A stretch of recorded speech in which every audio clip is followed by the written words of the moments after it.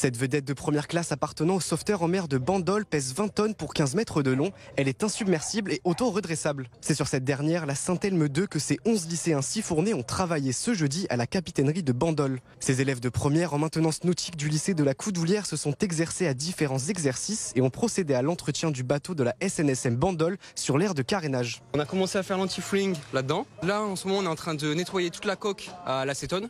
Et après, on va devoir commencer à passer l'anti-fouling, donc la couche protectrice qui empêche les coquillages de venir se fixer sur le bateau. Hier, il y a l'autre groupe qui ont nettoyé toute la coque au Karcher, qui ont enlevé tous les coquillages.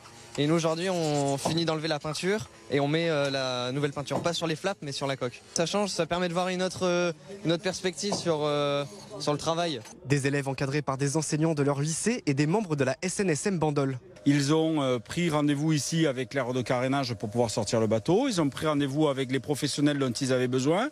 Ils ont commandé le matériel, ils ont commandé les EPI. Il faut que ces élèves-là se fassent connaître. Et ici, ils sont au milieu des professionnels.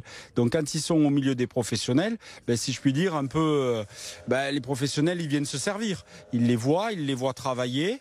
On a une très grosse exigence envers eux, c'est-à-dire on ne veut pas les voir les mains dans les poches ou avec un téléphone portable. Une journée organisée dans le cadre de la convention entre l'établissement et la SNSM Bandol qui a permis au Saint-Elme 2 d'être opérationnel dès jeudi soir. La vedette a pu reprendre la mer ce vendredi.